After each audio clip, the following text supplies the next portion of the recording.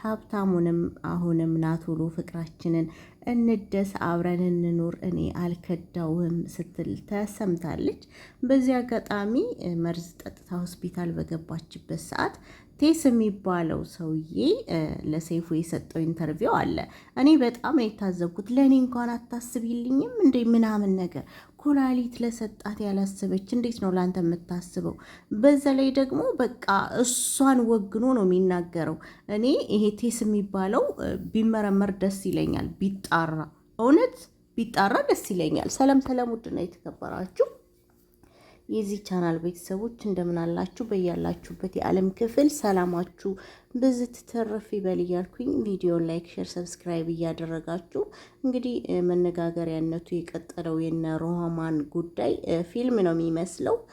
ዛሬ መጥታ ይቅርታ ጠይቃለች። ይቅርታ የጠየቀችው እንግዲህ የኢትዮጵያን ሕዝብና ሀብታሙን ነው። ሀብታሙን በሰዓቱ ሰይፍ ጋር ቀርቤ የተናገርኩት በመካከላችን ትንሽ ጸብም ቢኖር ነገራቶቹ በሽማግሌ ይስተካከላል፣ ወደፊትም አብረን እንኖራለን ብዬ አስቤ ነው ስትል ተደምጣለች። በዚህ አጋጣሚ ብዙ ውዝግብ ተፈጥሯል። እውነት ሀብታሙን የመሰለ ሰው የትም ብትሄጂ የትም ሀገር ብትዞሪ ብትለፊ አታገኝም። እኔ አንቺም ብሆን ዘላለም በቃ ባሪያው ሁኜ ነው የማገለግለው ብዬ ነው የማስበው። ምክንያቱም የኩላሊትን ህመም እንግዲህ የሚያውቀው ያውቀዋል። እንደዚህ አሳልፎ አካሉን ሰጥቶሽ ቤተሰቦችሽ እንኳን ሊሰጡሽ ባልቻሉት መንገድ እሱ ሰጥቶሽ ዛሬ ላይ ወጥተሽ የቀጠፍሽው ቅጥፈት በጣም ያሳፍራል። በጣም ማለት ነው። ሁላችሁም ሰምታችኋል። ከአንድ አይሉ ሁለት ሶስቴ ራሱን ለማጥፋት ራሱን ላይ ሙከራ አድርጓል። ብዙ ነገር ደርሶበታል። ከዛ ደግሞ እንደተጣሉ እያወቀች ውስጧ እያወቀ ወጥታ እዛ ጋር የተናገረችው ነገር ሌላ ቢዝነስ ልትሰራበት ነበር በነገራችን ላይ ማለት ነው።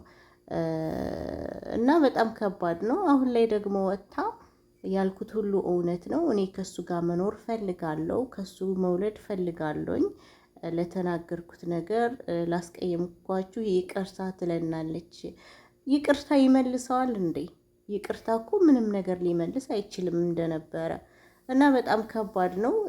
እኔ እንጃ ምን አይነት ተፈጥሮ ቢኖርሽ እንደዚህ ያደረግሽበት መንገድ በጣም ያሳፍራል። ምክንያቱም ይሄ ልጅ በጣም ጀግና ልጅ ነው፣ የፍቅር ሰው ነው። እውነት ለመናገር እኔ እንጃ እንደዚህ አይነት ወጣት በዚህ እድሜው የትም አታገኙም እንደሚያደርግ ማለት ነው። ሲቀጥል ያቴስ የሚባለው ሰይፍ ጋር ኢንተርቪውን ሰምታችሁት ሊሆን ይችላል። እንደኔም ታዘባችሁ ሊሆን ይችላል። ማለት በሷ በኩል ሆኖ በቃ እሱ ሚዲያ ላይ ወጥቶ መናገሩ ምናምን አንገብግቦታል። እንደውም መርዝ የጠጣችበት ምክንያት በሱ ሰበብ እንደሆነ እየተናገረ ነው።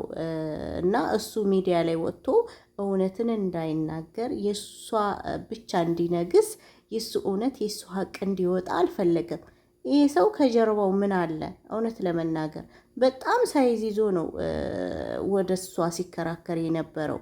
ለምንድን ነው ለእኔ አታስቢም ወይ ምናምን? እንዴ ኩላሊት ለሰጣትም እኮ አላሰበች እንኳን ላንተ። አንተ ምንድን ነው ያደረግክላት? ከሱ የበለጠ አድርገህላታል እንዴ?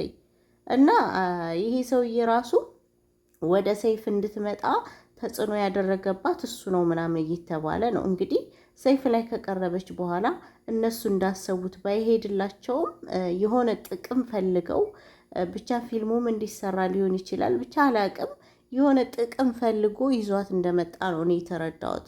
አሁን ላይ ሀብትሽን የትም ሚዲያ እንዳይቀርብ የትም ኢንተርቪው እንዳይሰጥ ምናምን እያገደው ይገኛል።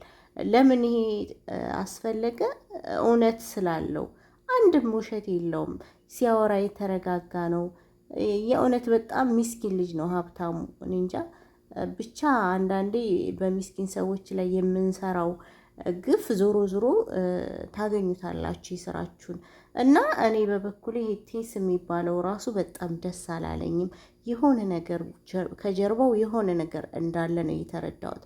እና ሮሃማን ደግሞ ከዚህ በኋላ ሚስት ትሆነዋለች፣ ትዳር ትሆነዋለች ብዬ አላስብም። ምክንያቱም በዚህ ሰዓት የከዳችው ነገ ጧት ደግሞ ምን እንደሚፈጠር አይታወቅም እና ዛሬ ወጥታ ይቅርታ ስለጠየቀች ምናምን ከመጀመሪያውም ራሱ ማሰብ አልነበረሽም። ቢበድልሽ ራሱ ቢያሰቃይሽ ራሱ ችለሽ መኖር አለብሽ ብዬ ነው የማስበው።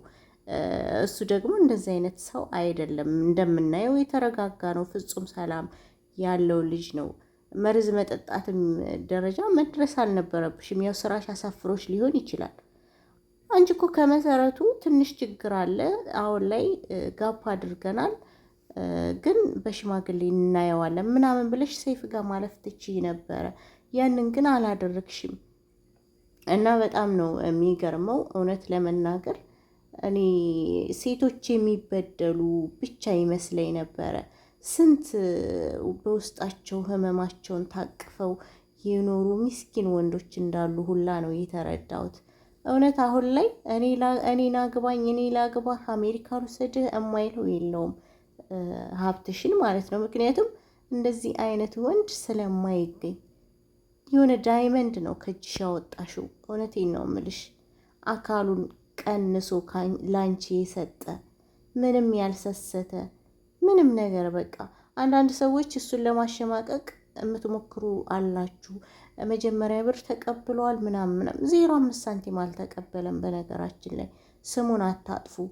የመጣላታቸው ምክንያት አሁን ላይ ራሱ ጤናማ ሆና በኮላሊት የታመሙ ወገኖቻችንን ሳንቲም እየሰበሰቡ ከዛ እየቀነሱ እየወሰዱ ምናምን ነገር በዛ ነው የተጣሉት። እንደዛ ማድረግ ስላልፈለገ እሱ ማለት ነው።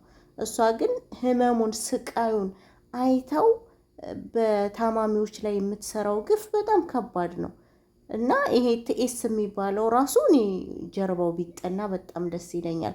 ምንም አላማረኝም። በቃ ከሷ ጎን ነው እየሆነ ያለው። የሱ ስቃይ የሱ ህመም ምንም አልመሰለውም ይሀብትሽ ማለት ነው። እና በጣም ከባድ ነው እንግዲህ ብቻ እኔ እንጃ። እውነት ፈጣሪ እንደ ሰው አይደለም። ነገ ጧት ይሄ ኩላሊትሽ እንዲታመም ይችላል፣ ፌል ሊያደርግ ይችላል። አትመጻደቂ።